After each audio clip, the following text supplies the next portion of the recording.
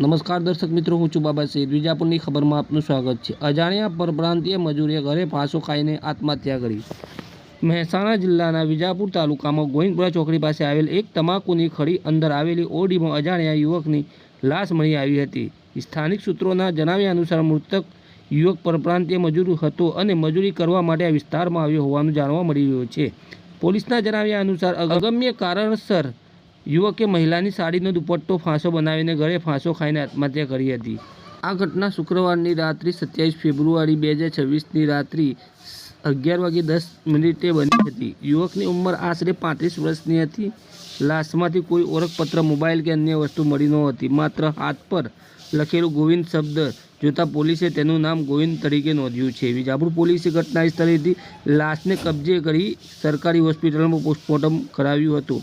Postmortem પછી લાશને Mehsana cold સ્ટોરેજમાં મૂકી દેવામાં આવી છે. હાલ સુધી યુવકનો કોઈ વારસદાર કે પરિવારજનો સંપર્કમાં આવ્યા નથી.